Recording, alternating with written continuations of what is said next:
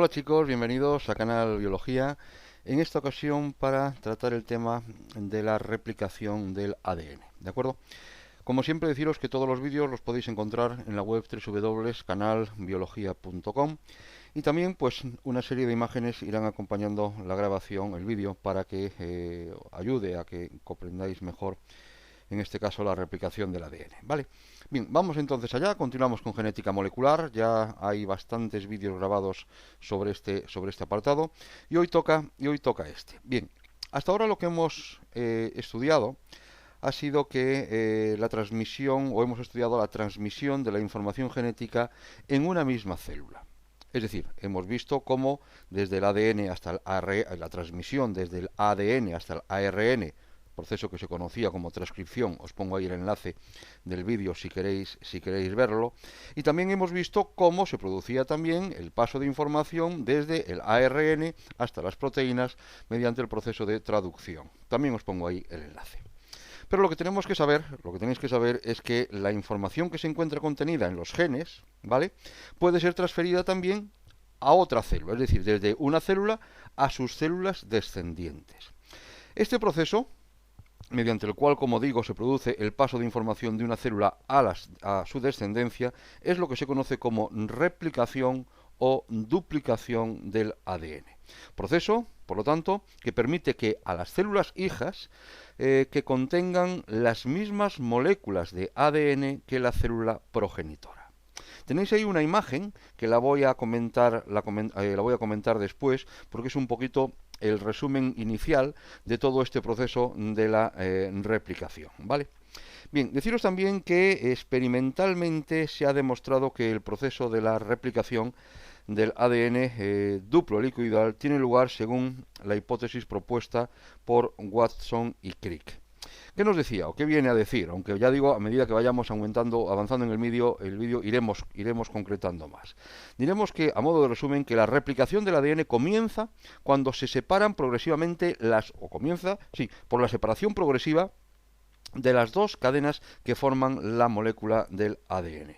Cada una de estas moléculas, tiene que servir de molde para sintetizar una nueva cadena que sea complementaria a esta. Es decir, si os fijáis, esta cadena se va formando cuando se comienzan a situar frente a los nucleótidos de la cadena patrón. Es decir, los nucleótidos libres tienen lógicamente sus bases complementarias.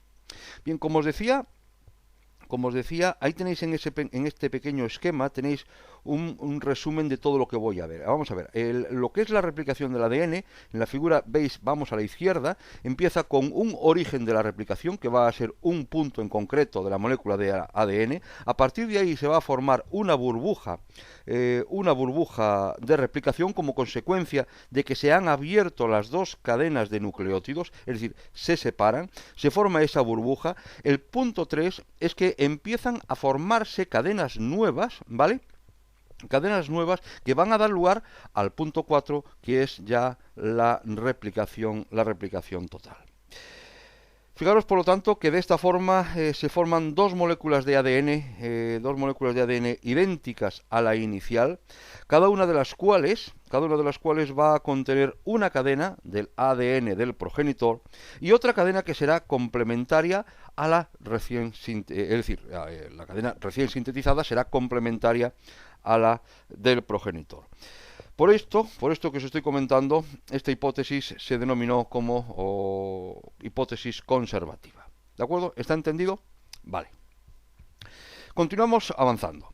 En esta imagen que tenéis ahí vamos, como digo, un paso más y deciros que la replicación ocurre mediante un complejo mecanismo, el cual fue estudiado en el bacilo coli, o sea, la replicación del DNA comenzó a estudiarse en Escherichia coli, ¿vale? Y para ello deciros que hacen falta varias cosas. Por un lado, hacen falta la presencia de desoxirribonucleótidos en forma de trifosfato.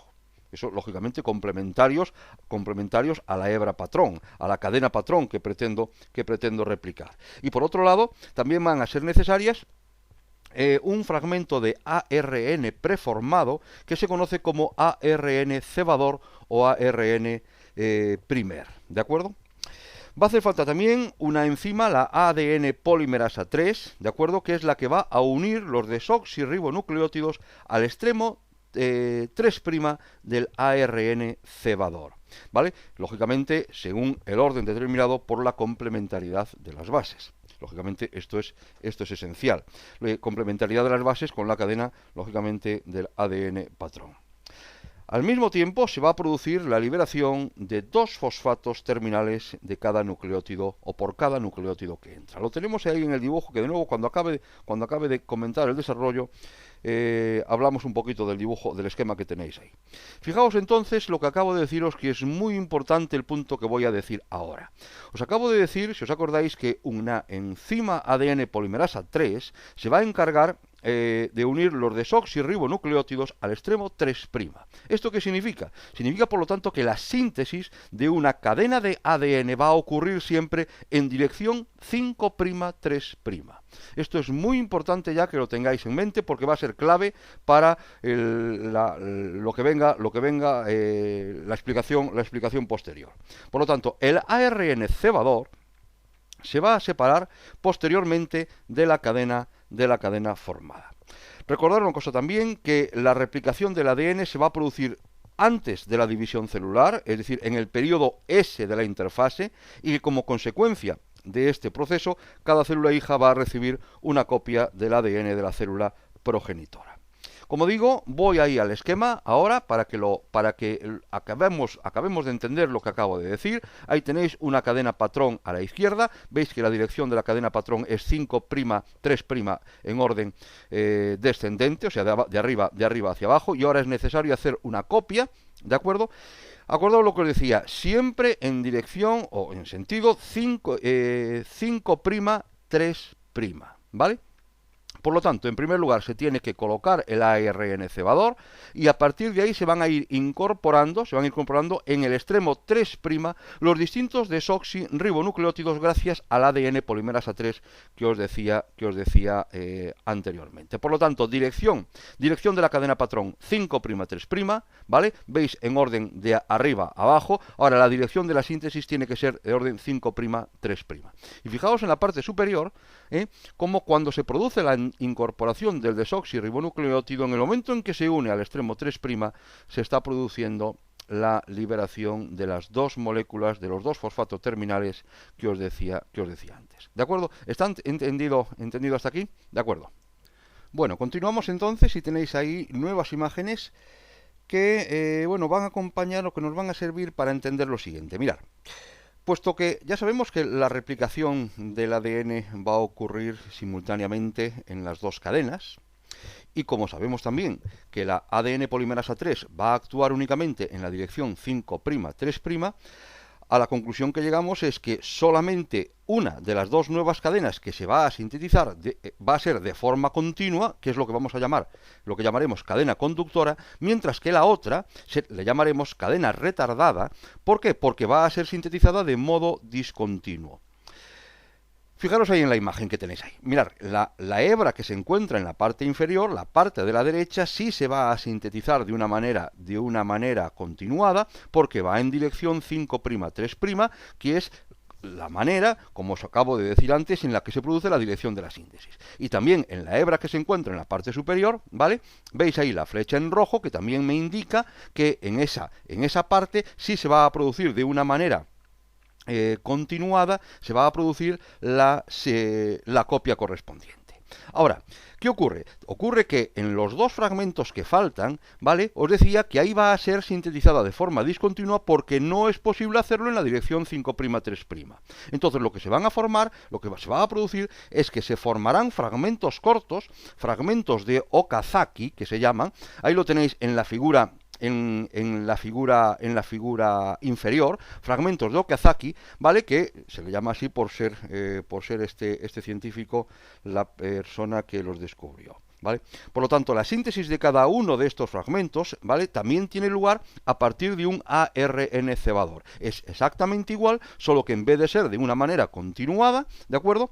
Porque en este caso, si iríamos en la dirección correcta de la síntesis, ¿vale?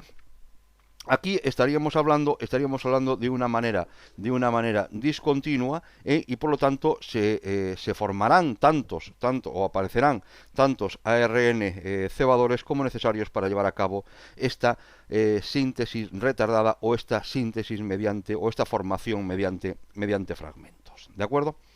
Deciros también que a partir o además de la enzima ADN polimerasa 3, en la replicación del ADN van a intervenir otros enzimas, ¿vale? Os los digo a continuación. Vamos a ver. Por un lado, basándonos también en los conocimientos actuales o que tenemos sobre el mecanismo de replicación en la bacteria, como decía antes, en Escherichia coli, ¿qué puede ocurrir? ¿Qué puede ocurrir? No, ¿qué enzimas van a intervenir a mayores? Bueno, sabemos que el proceso comienza en una determinada secuencia de nucleótidos que se conoce como el origen de la replicación, que va a ser el lugar donde se va a producir la desespiralización de la molécula del ADN. Y por lo tanto, aquí se van a separar las dos cadenas. Esta desespiralización es provocada por una nueva enzima. ¿Cuál enzima? La enzima ADN helicasa. Esta enzima, ADN helicasa, se encargará de romper los enlaces de hidrógeno que unían o que mantenían estable ambas cadenas. ¿De acuerdo? Después están las proteínas que se conocen como SSB, ¿de acuerdo? Ahí tenéis en ese esquema tenéis las distintas partes, o los distintos conceptos nuevos que están apareciendo, ¿vale? Las llamadas proteínas SSB, que se van a fijar a cada una de las cadenas separadas y de esta manera impiden que vuelvan a unirse de nuevo. Una nueva estructura necesaria para que se lleve a cabo la replicación. Intervienen también otras enzimas que se conocen como topoisomerasas, las cuales van a impedir, o su función será impedir que se vuelva de nuevo a enmarañar la molécula de ADN durante la replicación, es decir, mantenerla estable, en otras palabras, ¿vale? Las topoisomerasas van a actuar cortando una o incluso las dos cadenas, y una vez que se elimina la tensión que está provocando la replicación, de nuevo se vuelven a unir, ¿de acuerdo? Deciros que a partir del punto de origen de la replicación se van a formar dos horquillas de replicación. Una se va a desplazar hacia la derecha y la otra se va a desplazar hacia la izquierda, como veis ahí en el esquema, ¿de acuerdo? Pensar que en cada horquilla, como ya os dije antes, se va a formar, por un lado, una cadena conductora en la cual existe continuidad a la hora de la replicación en la dirección 5'3', y por otro lado, una cadena retardada, que esta cadena retardada va a exigir que se provoque o que se produzca la replicación en trozos, en los fragmentos de Okazaki, debido a que sería la única manera de conseguir que la dirección de replicación vuelva a ser de nuevo la 5'3'. ¿Vale? ¿Está entendido? Bien. El proceso continuaría diciendo que en cada horquilla de replicación, la enzima ARN primasa, aparece una nueva enzima, es la que va a determinar la síntesis de los segmentos cortos de ARN, los que antes hablábamos de ARN cebadores, que eran necesarios para que a partir de él se fueran incorporando los diferentes desoxirribonucleótidos. ¿De acuerdo? Lógicamente, bien, sería esta. A partir de este ARN cebador, una de las nuevas cadenas, que es la cadena conductora, va a ser sintetizada en la dirección 5'3', mientras que la otra, la cadena retardada, como ya sabéis, va a ser sintetizada también en esa dirección, pero en fragmentos cortos, ¿vale? En los fragmentos de Okazaki, como tenéis ahí en el esquema, ¿de acuerdo? La enzima que une los desoxirribonucleótidos al extremo 3' del cebador es la ADN polimerasa 3, ¿de acuerdo? Ahí tenéis en el esquema, en ese esquema que tenéis en el primero, tenéis ahí en pantalla todo lo que os acabo de decir en este punto, ¿no? La formación de los ARN cebadores y, por un lado, la aparición de cadenas conductoras sintetizadas de manera continua, ¿vale? Y por otro lado, la aparición de cadenas retardadas, ¿de acuerdo? Mediante la formación de los fragmentos de Okazaki. Cadena conductora abajo a la izquierda, ¿vale? Hebra de la izquierda, hebra de abajo en la parte de la izquierda y en la parte de arriba, en la hebra superior, a la derecha, ¿de acuerdo? Y lo contrario serían las cadenas retardadas, ¿vale? ¿Está entendido? Bien. Continuamos el proceso con, a continuación, la enzima en la figura, ahora en la figura que tenéis abajo en pantalla. Ahora lo que ocurre es que la enzima ADN polimerasa 1 va a eliminar los segmentos del ARN cebador. Ahí tenéis en imagen cómo los ARN cebadores que antes se encontraban de color rojo, ahora ya han desaparecido. Es decir, en el momento en que se ha producido ya la replicación. ¿De acuerdo? En el punto 4, nueva imagen. Ahora los espacios que quedan libres van a ser rellenados con desoxirribonucleótidos que la ADN polimerasa 1 va a unir al extremo 3' libre de los diferentes fragmentos de Okazaki, porque claro, pensar que todo el espacio donde se encontraban los ARN cebadores para dar lugar a los distintos fragmentos de Okazaki, ahí han quedado unos huecos. Esos huecos van a tener que ser rellenados con desoxirribonucleótidos que la ADN polimerasa 1 va a unir al extremo 3' de cada uno de los fragmentos de Okazaki. La ADN polimerasa 1, al igual que la 3, solo va a actuar en la dirección 5', 3'. ¿Vale?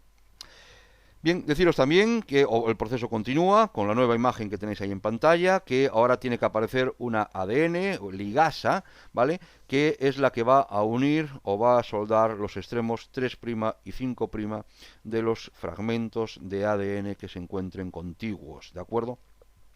Esta enzima para poder actuar es necesario que aportarle ATP, ¿vale?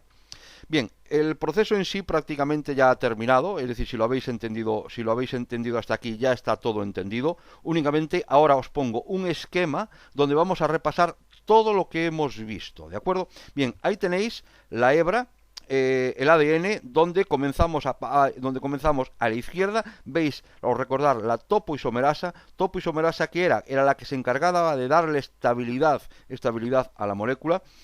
Mientras se producía el proceso de replicación. Ahí tenéis la helicasa, que era la que se encargaba de llevar a cabo la desespiralización. Ahí tenéis las proteínas SSB. Voy continuando de izquierda a derecha, ¿vale? Las proteínas SSB, que son las cuales proteínas que impedían que se vuelvan a unir las dos hebras. Ahí tenéis la ARN primasa, que era la que iba a determinar la síntesis o aparición del ARN cebador. A continuación viene la ADN polimerasa 3, que era la que se encargaba de añadir los diferentes desoxirribonucleótidos al cebador. Tenéis la ADN polimerasa 1, que era la que eliminaba los restos de cebador, y por último la ADN ligasa, que era la que se encargaba de soldar los extremos 3', 5'. ¿De acuerdo? ¿Está entendido hasta aquí? Muy bien, pues venga. Bueno, os quiero hablar ahora un poco sobre lo que sería la replicación del ADN en células superiores, ¿no? Os pongo ahí una imagen para explicar esto. En líneas generales deciros que tiene lugar según el mismo mecanismo que os acabo de decir para el caso de la Escherichia coli. Hay algunos matices que son los que os voy a decir a continuación, ¿de acuerdo? Bien. Fijaros que, claro, cada molécula de ADN está condensada en forma de una fibra cromatínica, 300 angstroms, que previamente a la replicación se han de separar las histonas que forman esos nucleosomas. Eso en primer lugar. En segundo lugar, pensar que debido a que las moléculas de ADN son muy largas, la replicación va a comenzar en varios puntos a la vez. Habrá varios puntos de iniciación y de esta manera se formarán así, por lo tanto, muchas burbujas de replicación que lógicamente al desplazarse se acabarán fusionando. Ahí tenéis en el esquema lo que os estoy diciendo. Veis los diferentes orígenes o burbujas de replicación, ¿vale? Y como estos, pues lógicamente al final quedan fusionados. En tercer lugar, deciros también que el proceso de replicación del ADN se va completando normalmente hasta llegar justo al extremo del cromosoma, al telómero. Aquí es importante lo que os voy a decir. Cuando se elimina el último ARN cebador, una de las cadenas quedará incompleta. ¿Y por qué? Vamos a ver, pensar que el ADN polimerasa no podrá rellenar el hueco al ser incapaz de unir nucleótidos al extremo 5'. Ahí lo tenéis en el esquema que tenéis ahí en pantalla, en la figura inferior. Este hecho de que sea incapaz de unir nucleótidos al extremo 5', este hecho hace que el telómero se vaya acortando un poco cada vez que la célula se divide. Este fenómeno, lógicamente, está asociado al envejecimiento y a la muerte celular, ¿vale? Pensar, por lo tanto, que a medida que las moléculas hijas se van formando, se asocian de nuevo a histonas, formándose los nucleosomas y produciéndose de nuevo su condensación en una fibra, como os decía antes, de 300 angstroms, ¿vale? Para terminar, quiero hablaros de la corrección de los errores o cómo se produce la corrección cuando hay errores en la replicación, ¿de acuerdo? Bien, los posibles errores que se vayan formando en el apareamiento de bases que se puedan producir durante el proceso de la replicación del ADN, de manera general, como norma general, se van a corregir mediante un complejo enzimático donde interviene la ADN polimerasa 1, que ya la hemos visto, ¿vale? ¿Cómo se produce? Bueno, en ese esquema lo tenéis ahí un poco esquematizado, valga la palabra, de lo que os voy a decir. Es decir, por un lado, el complejo enzimático de reparación va a recorrer la molécula de ADN y cuando detecta un error, entonces lo que hace es cortar el segmento de la cadena recién sintetizada donde se ha incorporado el nucleótido incorrecto. El corte entonces es realizado por una endonucleasa, es decir, una enzima que hidroliza los enlaces fosfodiéster en el interior de las cadenas de ADN. A continuación, la ADN polimerasa 1 va a rellenar el hueco del segmento eliminado uniendo nuevos nucleótidos y por último entonces la ADN ligasa es la que va a unir los extremos 3' y 5' que están contiguos, quedando lógicamente reparada la nueva cadena. Ahí tenéis en el esquema todo lo que os acabo de decir. Detectado el error, aparece la endonucleasa, aparece o se sustituye o se rellena, mejor dicho, el hueco mediante o gracias a la ADN polimerasa 1 y por último la ligasa se encarga de unir de nuevo los extremos, ¿vale? Ni que decir tiene, o a pesar de que estos mecanismos de reparación se producen, ¿vale? Existe una pequeña probabilidad de que se produzcan errores, ¿vale? Y lógicamente esto va asociado o puede ser la causa de las mutaciones génicas que ya veremos en otro vídeo. Pensar que aproximadamente 1 por cada 10.000 millones, ¿vale? De nucleótidos incorporados puede que esté errado, es decir, que haya una posibilidad de que no fuese reparado, ¿de acuerdo? Con lo cual, lógicamente, lleva a la mutación que ya veremos en otros vídeos. Hasta aquí ha sido, espero que lo hayáis entendido, ¿vale? Si tenéis alguna duda, por favor me la comentáis y como siempre, gracias por ver los vídeos y gracias por estar aquí.